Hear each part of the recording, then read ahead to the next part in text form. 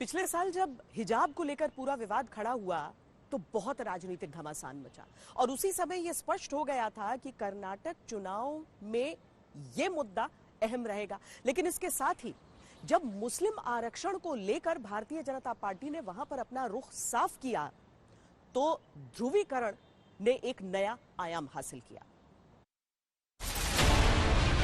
बजरंग बली की। गरीब को नौकरी नहीं है, प्रधानमंत्री बोल रहे मेरे को गाली दे रहे। सारी शक्ति अभी भी आपके हाथों में है। चुनाव में सही पार्टी को वोट दो, सही सरकार बनाओ। खड़गे जी उनको कहते हैं कि विसेला सांप जैसे।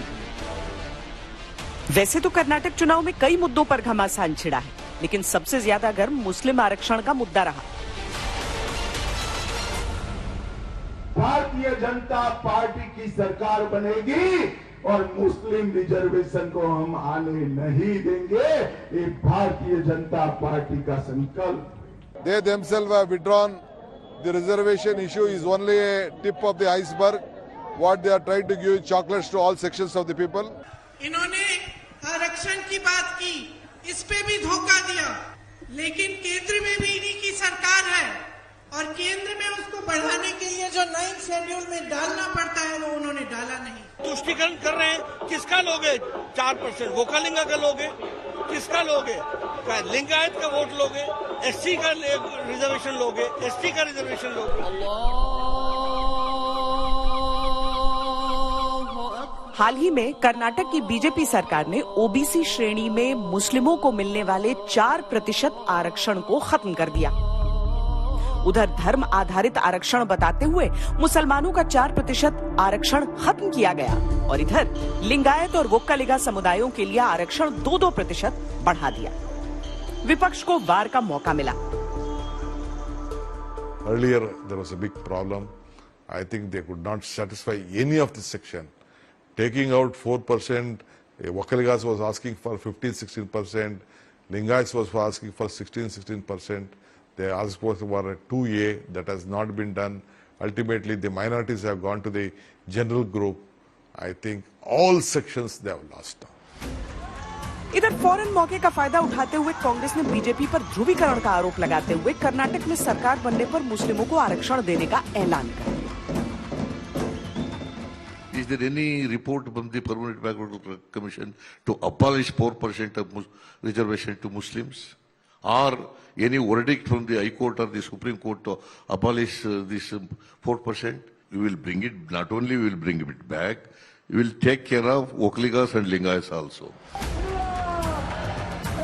हालांकि बीजेपी का दावा है कि उन्होंने मुसलमानों का धर्म आधारित आरक्षण खत्म करके उन्हें आर्थिक रूप से कमजोर वर्गों के लिए दिए जा रहे 10% आरक्षण की श्रेणी में रखा है। कर्नाटक सरकार ने ये 4% मुस्लिम आरक्षण को समाप्त कर एससी, एसटी, वोकलिगा और लिंगायत चारों बड़े समुदाय को, मतलब ओबीसी, ये सभी समुदाय के आरक्षण को बढ़ाने का काम किया है। तो जो स्पेशल राजनीतिक फायदा लेने के लिए स्पेशल फेवर थी उसको हमने समाप्त किया है, संविधान को ऑर्डर में लाने का काम किया है और जिनका अधिकार था उनको देने का भी काम किया। देश में कुल 5 राज्य ऐसे हैं जहां मुसलमानों के लिए आरक्षण की व्यवस्था की गई है। ये 5 राज्य दक्षिण भारत में ही हैं। इनमें तेलंगाना, आंध्र प्रदेश, कर्नाटक, केरल और तमिलनाडु शामिल हैं। दरअसल आरक्षण का ये पूरा गणित क्या है, ये भी समझिए। कर्नाटक में करीब 40 सीटों पर मुस्लिम वोट जीत हार तय करते हैं। करीब 20 से 23 विधानसभा क्षेत्रों में मुस्लिम मतदाताओं की आबादी लगभग 13% है। 19 सीटों पर मुस्लिम मतदाताओं की आबादी 30% से अधिक है।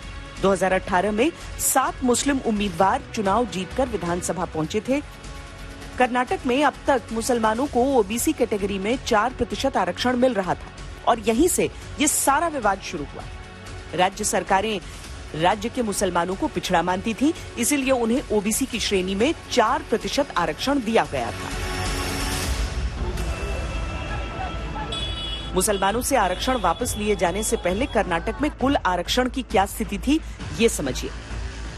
श्रेणी 1 में आने वाले पिछड़े वर्ग के लिए 4% आरक्षण था। श्रेणी 2A में आने वाले ओबीसी के लिए 15% आरक्षण। श्रेणी 2B में आने वाले मुसलमानों के लिए 4% आरक्षण। श्रेणी 3A में आने वाले वोक्का के लिए 4% आरक्षण। श्रेणी 3B में आने वाले लिंगायत, पंचमशली लिंगायत, मराठा, बंट, ईसाइयों को 5% आरक्षण। अनुसूचित जाति के लिए 15% आरक्षण। अनुसूचित जनजाति 3 के लिए 3% आरक्षण था। कुल मिलाकर कर्नाटक में 50% आरक्षण था।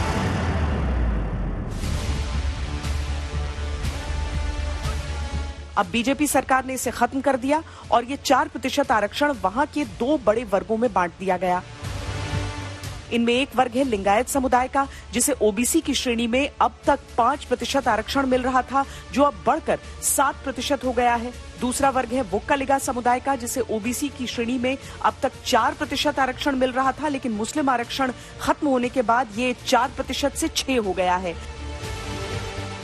लेकिन कर्नाटक में कुल आरक्षण की सीमा जो 50% हुआ करती थी, वो अब 57% हो गई है। सुप्रीम कोर्ट के अनुसार राज्यों के अंदर आरक्षण की अधिकतम सीमा 50% से ज्यादा नहीं होनी चाहिए।